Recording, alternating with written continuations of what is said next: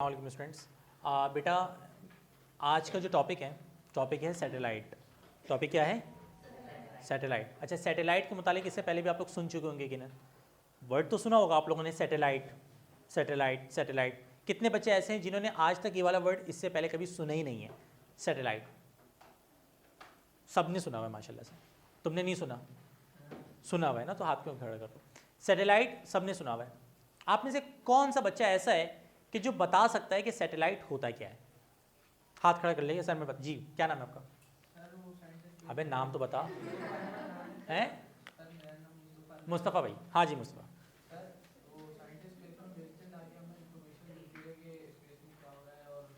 Space में क्या हो रहा है उसकी इंफॉर्मेशन मिलती है। अर्थ के पास क्या हो रहा है साइंटिस्ट भेजते हैं। ठीक है जी, एक जवाब और जी।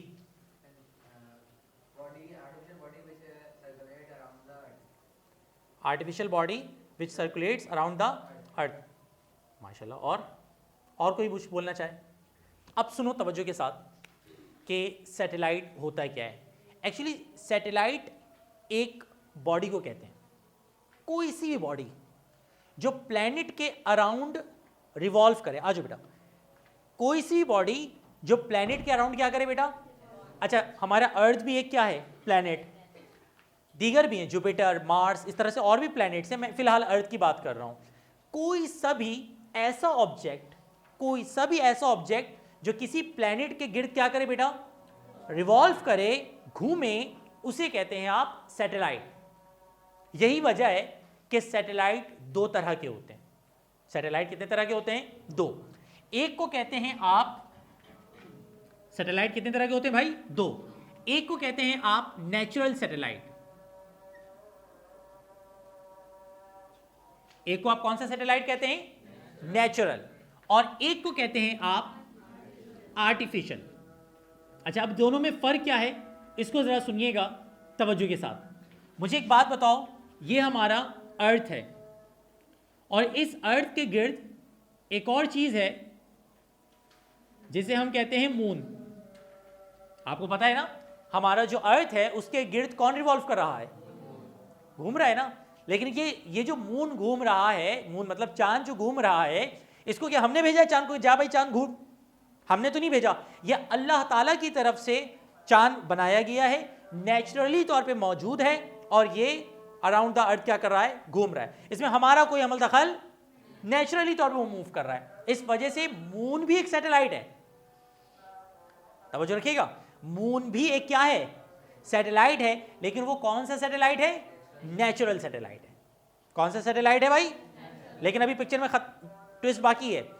एक और सैटेलाइट होता है और वो होता है कि जो यहां पर बैठ के साइंटिस्ट, यानी दुनिया के जो साइंटिस्ट होते हैं, वो भेजते हैं स्पेस पे कि जा भाई अर्थ के गिर्द क्या कर, चक्कर लगा, घूम, और हमें वहां से तमाम के तमाम डेटा, तमाम की तमाम इंफॉर्मेशन जो है भेजो, अर्थ के मुतालिक भी और स्पेस के मुतालिक भी। तो ऐसा सैटेलाइट कि जो अल्लाह ताला की तरफ से नेचुरल ना हो, बल्कि उसे कौन भेजे? साइंटिस्ट भेजें, उस सैटेलाइट को कहा जाता है आर्टिफिशियल सैटेलाइट। उसे क्या कहा जाता है भाई? Artificial satellite. तो अब जल्दी से बताओ, अगर मैं आपसे बोलता हूं कि बताइए सैटेलाइट की कितनी टाइप्स है, तो कितनी टाइप्स है?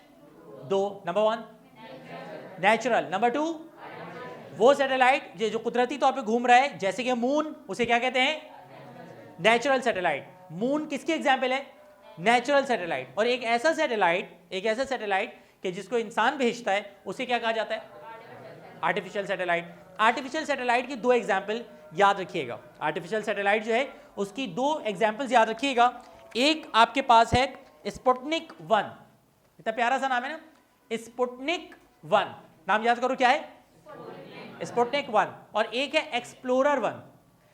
याद रखिएगा, इंसानी तारीख में जो सबसे पहला सैटेलाइट भेजा गया था ना, सबसे पहला सैटेलाइट, कोई बता सकते हैं वैसे ये सैटेलाइट भेजा किसने था सबसे पहले नंबर पे? किसी को पता है? नहीं पता? स्पुतनिक 1 जो भेजा था वो सोवियत यूनियन ने भेजा था। अब किसी को पता है सोवियत यूनियन होता है क्या है? सोवियत यूनियन किसको कहते हैं? सोवियत यूनियन एक्चुअली अभी आजकल बज़ाहिर जो दुनिया की सुपर पावर स्टेट है वो कौन है? अमेरिका। जो इस वक्त दुनिया की पावरफुल स्टेट है, सुपर पावर जिसको कहते हैं, वो कौन सी स्टेट है? अमेरिका है। अमेरिका से पहले जो सुपर पावर थी वो कौन सी मुल्क थी? रशिया। रशिया में बहुत सारे ममालिक मिले हुए थे, तो सारी जो ममालिक मिलके एक यूनियन बने हुए थे उसको कहा जाता था सोवियत यूनियन। तो सोवियत यूनियन ने सबसे पहला सैटेलाइट भेजा था जंग अजीम 2 के दरमियान, यानी सेकेंड वर्ल्ड वॉर जब चल रही थी ना उस दौरान भेजा था, और इसका नाम रखा था क्या नाम था भाई? 1। ठीक है। अच्छा, इसके बाद यूएस ने भेजा, इसके बाद किसने भेजा? यूएस, अमेरिका, और वो उसका जो नाम था वो क्या था? एक्सप्लोरर 1। मुझे एक बात बताओ, यहां तक समझ में आ गया? अब तमाम बच्चे जल्दी से नोट्स निकालें और नोट्स का क्वेश्चन नंबर 1 मेरे साथ जरा देख लें नीचे की तरफ। तमाम बच्चों की नजरें नोट्स पे होनी चाहिए। क्वेश्चन नंबर 7, तमाम बच्चे नोट्स के क्वेश्चन नंबर 7 को निकाल लें। नोट्स क्वेश्चन नंबर 7 निकाल चुके हैं?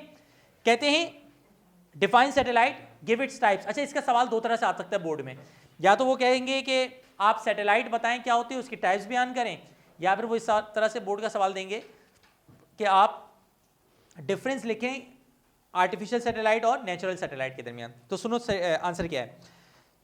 Satellite, an object that revolves around a planet, एक ऐसा ऑब्जेक्ट जो रिवॉल्व करे प्लैनेट के गिर्द इन स्पेस। कहाँ बेटा? स्पेस में, इज कॉल्ड सैटेलाइट। उसे क्या कहा जाता है? सैटेलाइट कहा जाता है। There are 2 types of satellite, number 1 natural, number 2 artificial. Natural में मैंने क्या लिखा है जरा सुनिएगा। The object which revolves around the planet, the object which revolves around the planet naturally is called natural satellite.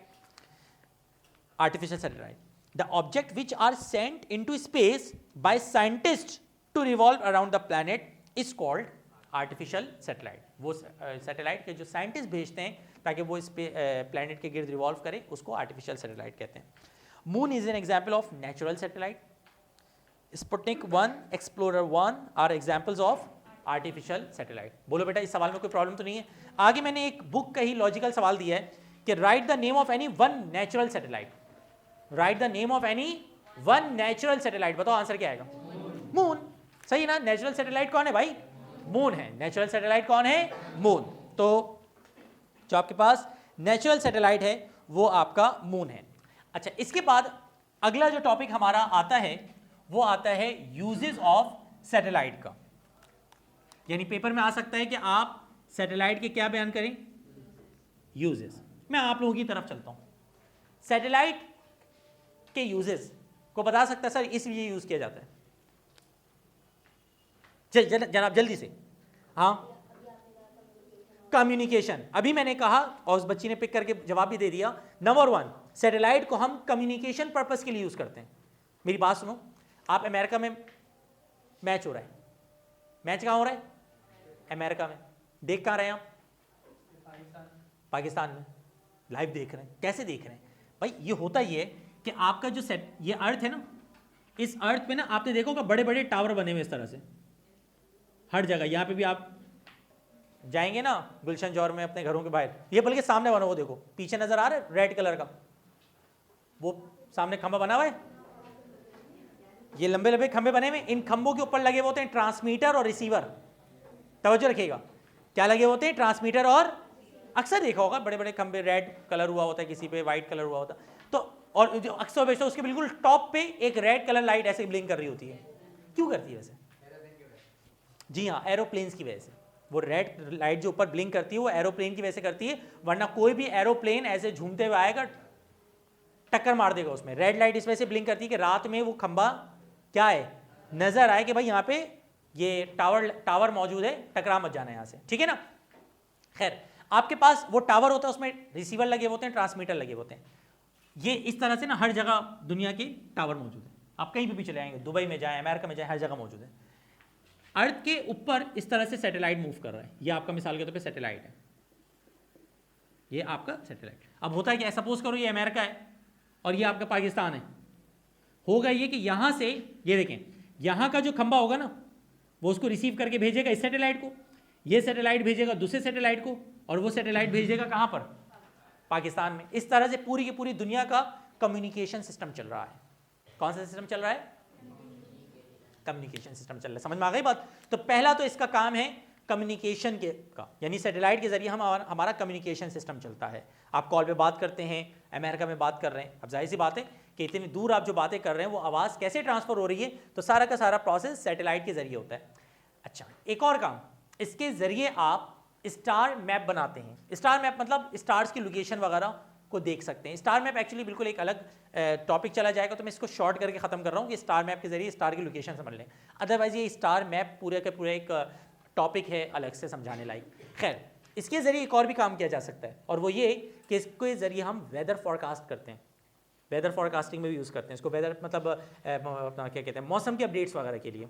आपने अक्सर देखा होगा, पहले ही बता देते हैं कि आने वाले दिनों में बारिश होने के चांसेस हैं, फिर बादल आ भी जाते हैं, तो भाई उनको कैसे पता? तो सैटेलाइट ऊपर से देख रहे होते हैं, वो बादल अभी मौजूद है बहुत दूर, लेकिन उनको पता है कि बादल इस तरफ मूव कर रहे हैं और 2 दिन बाद पाकिस्तान पहुंच जाएंगे, तो इसका मतलब बादल पाकिस्तान की तरफ मूव कर रहे हैं। तो उनके ज़रिए, सैटेलाइट्स के ज़रिए हम जो वेदर अपडेट्स वगैरह हैं वो भी कलेक्ट कर सकते हैं। ठीक है, इसके ज़रिए आप, क्योंकि सैटेलाइट ऊपर मौजूद हैं, तो इसके ज़रिए आप प्लैनेट्स वगैरह की तस्वीरें भी ले सकते हैं और दीगर प्लैनेट्स के हवाले से डेटा भी हासिल कर सकते हैं। यानी दीगर जो प्लैनेट्स हैं उनकी पोजीशन, उनकी पिक्चर्स वगैरह, ये सारी चीज़ें भी आप ले सकते हैं। तो चंद यूजेस मैंने बताए, जल्दी जल्दी बताओ। इसको किसके लिए यूज़ कर सकते हैं आप? कम्युनिकेशन के लिए, दूसरा स्टार मैप्स के लिए, तीसरा इसको वेदर की इंफॉर्मेशन लेने के लिए, तीसरा प्लैनेट्स की तस्वीरें वगैरह लेने के लिए। मुश्किल तो नहीं है। तमाम बच्चे नोट्स निकालें, नोट्स का क्वेश्चन नंबर 8 पढ़ लें जल्दी से, जल्दी से पढ़ लें अपने लफ्जों में, फिर नेक्स्ट टॉपिक की तरफ जा रहा हूं मैं। अब जो टॉपिक है वो है ऑर्बिट्स ऑफ सैटेलाइट। अभी तक देखो सैटेलाइट के अंदर कितने टॉपिक हुए हैं? 2। सबसे पहले नंबर पे हमने सैटेलाइट की डेफिनेशन, उसकी टाइप्स पढ़ी। उसके बाद हमने सैटेलाइट के क्या पढ़े? यूजेस पढ़े। सैटेलाइट की याद रखना, मूव करने। अच्छा, पहले समझ लो ऑर्बिट क्या होता है। ऑर्बिट कहते हैं उस लाइन को जिसमें कोई बॉडी सर्कुलर पाथ में क्या करती है? मूव करती है। जैसे होता है ना कि इलेक्ट्रॉन अराउंड द न्यूक्लियस क्या करते हैं? रिवॉल्व करते हैं। किस में रिवॉल्व करते हैं? ऑर्बिट्स में। तो ऐसी सैटेलाइट भी अपने किस में रिवॉल्व कर रहे होते हैं? ऑर्बिट्स में मूव कर रहे होते हैं। इसमें 4 तरह के ऑर्बिट्स होते हैं। वैसे ऑर्बिट्स और भी हैं, लेकिन बुनियादी तौर पे कितने ऑर्बिट्स होते हैं? 4। अब उन 4 ऑर्बिट्स के नाम पेपर में आ सकते हैं, तो वो 4 नेम क्या हैं सुनो। ये इस तरह याद कर लो, जियो, लियो, मियो, हियो। पढ़ो मेरे साथ, जियो, लियो, मियो, हियो। फिर याद करो क्या है? जियो, लियो, मियो, हियो। याद रहेगा? फिर पढ़ स्टार्ट करो, क्या है? जियो, लियो, मियो, हियो। अब ये क्या है? तवज्जो। जियो स्टैंड फॉर, ये देखें, geo stand for geostationary orbit. बेटा याद कर लो, ये इंपॉर्टेंट टॉपिक है। जियो स्टेशनरी ऑर्बिट, पहला क्या है बेटा? LEO मतलब होता है लो अर्थ, जो सबसे लो होता है, लो अर्थ ऑर्बिट। LEO मतलब, अच्छा, MEO मीडियम अर्थ ऑर्बिट। अब ये आप अर्थ समझें, अर्थ नहीं है ये है high elliptical orbit. Highly elliptical orbit. अब बताओ जल्दी से कितने नेम्स हैं? 4। नंबर 1 जियो। जियो मतलब जियो स्टेशनरी ऑर्बिट, ये पहला ऑर्बिट है। नंबर 2 लियो। लियो मतलब लो अर्थ ऑर्बिट। उसके बाद मियो, मीडियम अर्थ ऑर्बिट। और HEO मतलब हाईली एलिप्टिकल ऑर्बिट। तो ये आपके पास कुछ जो हैं ऑर्बिट्स के क्या है नेम है जो पेपर में आ सकते हैं। तमाम बच्चे नोट्स निकालें। क्वेश्चन नंबर कौन सा है ये? 9 पढ़ लें। पढ़ लिया जी बेटा? हाँ, नोट्स में अगर हाई नहीं लिखा हो तो नोट्स में हाई लिख लो।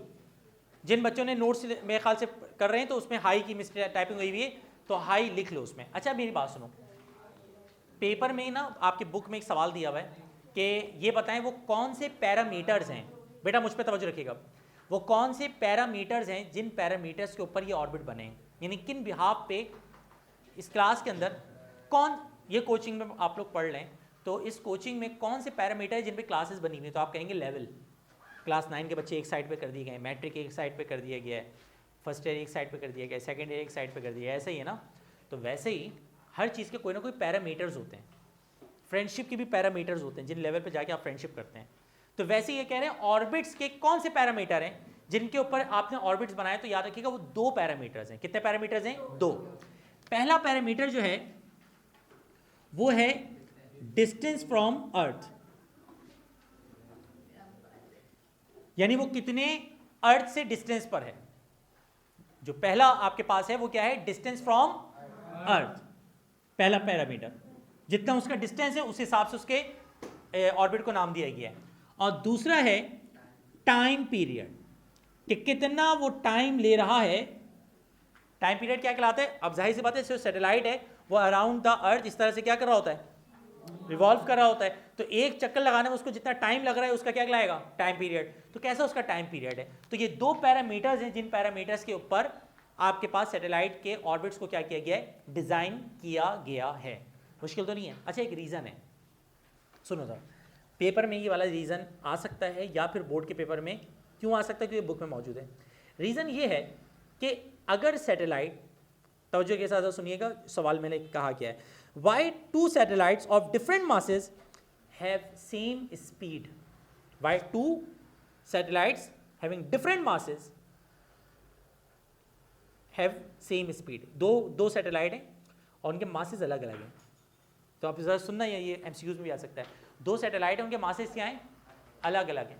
जवाब दीजिएगा कि बताएं किसकी स्पीड ज़्यादा होगी, किसकी स्पीड कम होगी। तो दोनों की स्पीड क्या होगी? सेम। चाहे मास ज़्यादा हो चाहे मास, दोनों की स्पीड क्या होगी? सेम। उसका रीजन ये है कि स्पीड ऑफ सैटेलाइट मास पे डिपेंड नहीं करता। स्पीड ऑफ सैटेलाइट मास पे डिपेंड करता ही नहीं है। जब स्पीड ऑफ सैटेलाइट मास पे डिपेंड करता ही नहीं है तो जनाबे आली, इसका मतलब ये हुआ, स्पीड ऑफ सैटेलाइट का फॉर्मूला क्या होता है ये जरा देख लो। ये चाहो रेफरेंस दे देना, अच्छा नंबर मिलेगा। V = GM R+H। अब मुझे एक बात बताओ, इस पूरे में ये तो ME है, यानी ME मतलब मास ऑफ अर्थ है। तो इसका मतलब सैटेलाइट के मास का यहाँ पे पूरे पे जिक्र है ही नहीं। तो इसका मतलब स्पीड ऑफ सैटेलाइट मास पे डिपेंड नहीं करता। यही वजह है कि सैटेलाइट का मास ज्यादा हो या कम हो, उसकी स्पीड क्या रहती है? सेम रहती है। रीजन समझ में आ गया? अच्छा, अब कुछ डेफिनेशन है जो बोर्ड के पेपर में आ सकती हैं, उनको सुन लीजिएगा। नंबर 1 है जियो स्टेशनरी ऑर्बिट। क्या होता है जियो स्टेशनरी ऑर्बिट? बेटा याद रखिएगा, जो आपका सैटेलाइट होता है ना, तो एक सैटेलाइट होता है, उसको टोटल जो है ना अर्थ के गिर्द चक्कर कंप्लीट करने में 24 आवर्स लगते हैं। कितने आवर्स लगते हैं? एक ऐसा आपके पास क्या कहते हैं ऑर्बिट, कि जिसको कंप्लीट उसका जो टाइम पीरियड हो वो कितने आवर्स का हो? 24 आवर्स का हो, उसको कहते हैं आप जियो स्टेशनरी ऑर्बिट। क्या कहते हैं बेटा? तवज्जो मुझ पे रखिएगा, जियो स्टेशनरी ऑर्बिट, और ये 24 आवर के करीब होता है। जियो स्टेशनरी ऑर्बिट के 2 नाम और भी हैं, कम्युनिकेशन सैटेलाइट, और क्योंकि इसकी वजह ये होती है जियो स्टेशनरी ऑर्बिट जो है ना, उसके जरिए हमारी क्या होती है? कम्युनिकेशन होती है। जो कम्युनिकेशन प्रोसेस हो रहा है वो किसके जरिए हो रहा है? जियो स्टेशनरी ऑर्बिट के जरिए हो रहा है। एक और चीज़ है जिसको कहते हैं ऑर्बिटल वेलोसिटी। अब ऑर्बिटल वेलोसिटी क्या है? कम से कम वो वेलोसिटी, कम से कम क्या बेटा? वो वेलोसिटी कि जो वेलोसिटी रिक्वायर्ड है सैटेलाइट को ऑर्बिट में रहने के लिए। Minimum velocity required to revolve a satellite in an orbit is called, क्या कहलाएगा भाई? Orbital velocity. सो गए आप लोग? नींद आ रही है? ऑर्बिटल वेलोसिटी क्या कहलाएगी भाई? Orbital velocity. अभी मेरा लेक्चर समराइज होगा, फिर उसके बाद आप लोगों से सवाल होंगे मेरे। अच्छा, लास्ट है क्रिटिकल वेलोसिटी। बेटा ऑर्बिटल वेलोसिटी का जो हॉरिजॉन्टल कंपोनेंट होता है ना, उसको क्रिटिकल वेलोसिटी कहते हैं। ऑर्बिटल वेलोसिटी का जो हॉरिजॉन्टल कंपोनेंट होता है उसको क्या कहते हैं? तमाम बच्चे जल्दी से नोट्स निकाल लें, नोट्स में आए जरा। पहले मैंने लिखा है why 2 satellites of different masses have same speed in the same orbit. Reason में मैं लिख रहा हूँ 2 satellite of different masses have same speed in the same orbit because the orbital speed of satellite is independent of the mass of satellite. वो mass of satellite के independent है, इस वजह से वो डिपेंड नहीं करेगा स्पीड के ऊपर। जो क्वेश्चन नंबर ये 9 के नीचे क्वेश्चन है ये वाला, मिल गया? अच्छा, अब नीचे आ जाओ क्वेश्चन नंबर 10 पे। Define the following term. बेटा जियो स्टेशनरी ऑर्बिट में मैंने लिख के दिया है, an artificial satellite completes its revolution around the earth in 24 hour. एक आर्टिफिशियल सैटेलाइट 24 आवर में अपनी रोटेशन कंप्लीट करता है. This orbit is known as geostationary orbit. इसको जियोस्टेशनरी ऑर्बिट कहा जाता है. It is also called communication satellite because it is use for communication purpose. इसी को कम्युनिकेशन पर्पज़ के लिए यूज़ करते हैं, इस वजह से इसको कम्युनिकेशन सैटेलाइट भी कहा जाता है. Orbital velocity, the velocity required to keep the satellite into its orbit is called orbital velocity. The velocity required to keep the satellite into orbit, वो वेलोसिटी जो किसी सैटेलाइट को ऑर्बिट में रखने के लिए रिक्वायर्ड होती है उसको क्या कहा जाता है? Orbital velocity. Last point, critical velocity, the constant horizontal velocity required the put the satellite into stable circular orbit. जो हॉरिजॉन्टल कंपोनेंट चाहिए होता है वेलोसिटी का किसी भी ऑर्बिट को उसके किसी भी सैटेलाइट को उसके ऑर्बिट में रखने के लिए, is called critical velocity. It is also called orbital speed और प्रॉपर स्पीड. इसको ऑर्बिटल स्पीड और प्रॉपर स्पीड भी कहा जाता है. मैं लेक्चर एंड करूँ इससे पहले मैं आपको बता दूं, अगला जो लेक्चर मेरा होगा उसमें हमें इसकी डेरिवेशन करनी है और ये मोस्ट इंपॉर्टेंट है इस साल के लिए, ऑर्बिटल स्पीड की डेरिवेशन. कौन सी स्पीड की डेरिवेशन? अब जल्दी जल्दी लेक्चर को हम समराइज करते हैं, बताना शुरू करो. एक ऐसा ऑब्जेक्ट के जो प्लैनेट के गिर्द रिवॉल्व करे उसको क्या कहते हैं? कितनी टाइप्स हैं? नंबर 1. नंबर 2, जो नेचुरली तौर पे घूम रहा हो जैसे मून, वो क्या कहलाएगा? Natural satellite.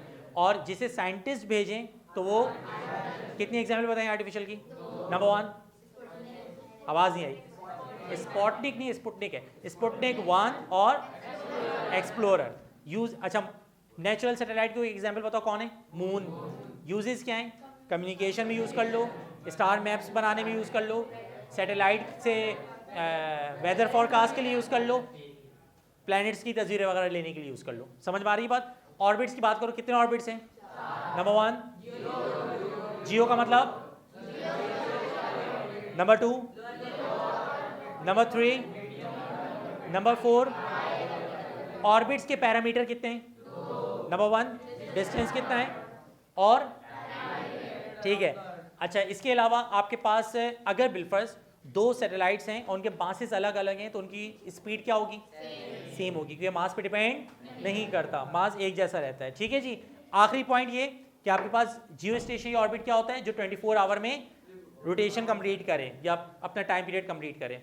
इसके अलावा आपके पास लास्ट क्वेश्चन किसी एक बच्चे से पूछता हूँ, आप बताएं जी, क्या नाम है आपका?